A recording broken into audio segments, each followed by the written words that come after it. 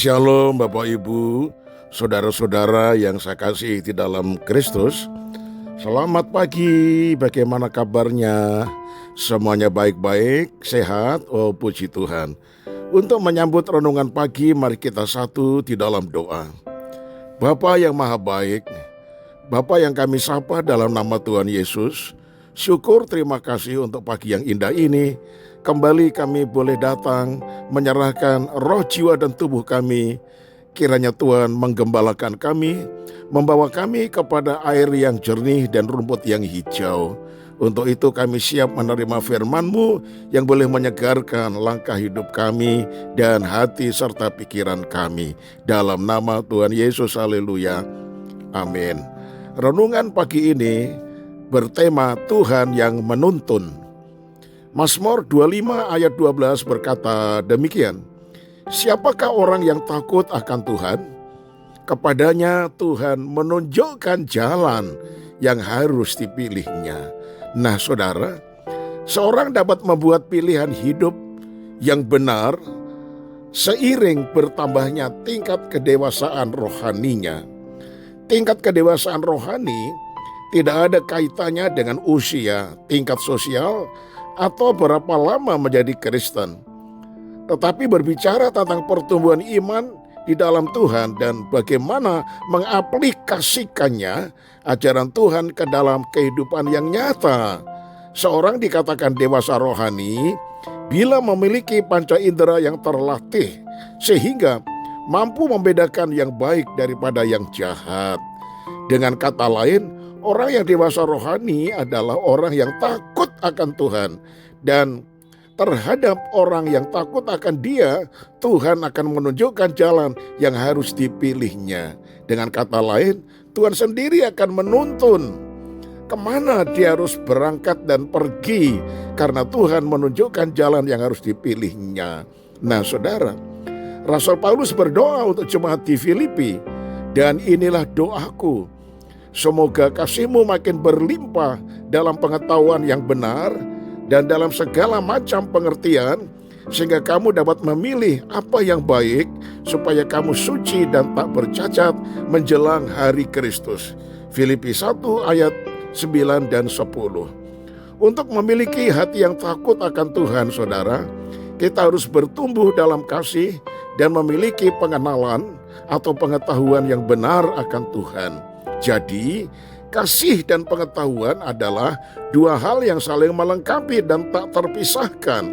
Saat ini, bertumbuh dalam kasih dan pengetahuan yang benar tentang Tuhan, kita beroleh kekuatan untuk membuat pilihan hidup yang benar.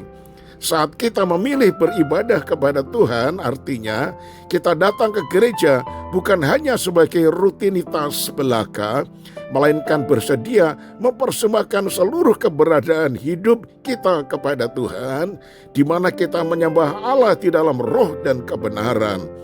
Roma 12 ayat 1 berkata, supaya kamu mempersembahkan tubuhmu sebagai persembahan yang hidup, yang kudus, dan yang berkenan kepada Allah.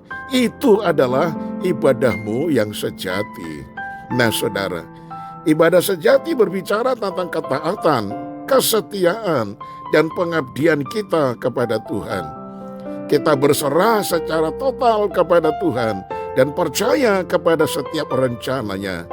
Inilah yang mendorong kita untuk menuruti firman-Nya dan mengikuti jalannya, karena kita tahu bahwa jalan Tuhan adalah yang terbaik bagi kita. Nah saudaraku yang kekasih, bagaimana supaya Tuhan bisa menuntun kehidupan kita?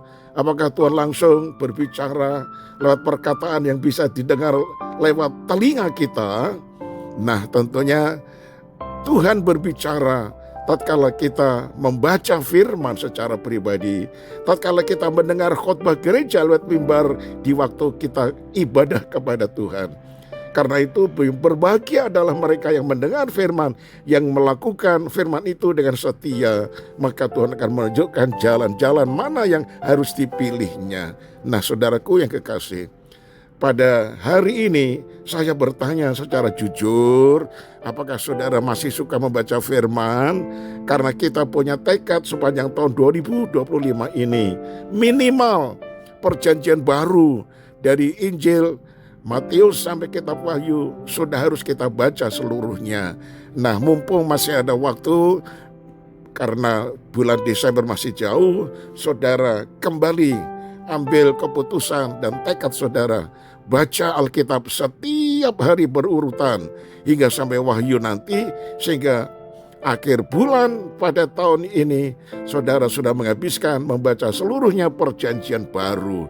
Saya percaya kalau saudara lakukan itu, jalan-jalan hidupmu akan ditunjukkan Tuhan kepada yang dikehendaki dan yang dipilih oleh Tuhan, sehingga saudara mengalami damai sejahtera dan keberkatan. Saya tutup dengan Mazmur 25 ayat 10. Segala jalan Tuhan adalah kasih setia dan kebenaran bagi orang yang berpegang pada perjanjiannya dan peringatan-peringatannya. Amin. Mari kita satu di dalam doa. Ya Tuhan, setiap hari kami harus mengambil keputusan, tapi kami bersyukur Engkau sebagai penunjuk jalan yang menunjukkan mana yang harus kami pilih, mana yang harus kami tetapkan. Itu sebabnya ajar kami mempunyai persekutuan yang intim, yang karib, yang dekat dengan Tuhan.